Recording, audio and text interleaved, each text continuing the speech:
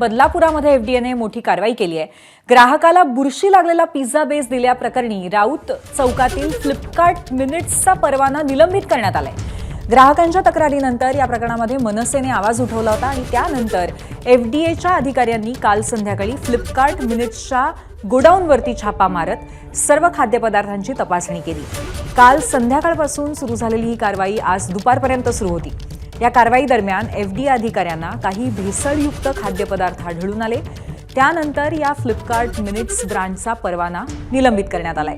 तर जनतेच्या आरोग्याशी खेळणाऱ्या अशा कंपन्यांवरती कायमस्वरूपी कडक कारवाई करण्याची मागणी स्थानिक मनसे पदाधिकाऱ्यांनी केली आहे। काल मी फ्लिपकार्ट मिनिट्सवरनं दुपारी 1:30-2च्या सुमारास पिझ्झा बेस आणि काही घरगुती वस्तू मागवल्या होत्या। त्याच्यात मी पिझ्झा बेस 2 मागवलेले, तर त्यातला एक पिझ्झा बनवला आणि दुसरा बनवताना तर निदर्शनास आलं की त्या पूर्ण पिझ्झा बेसला बुरशी लागलेली होती। तर त्या संदर्भात मी इथे आलं असता यांनी मला उडवाउडवीची उत्तरं दिली।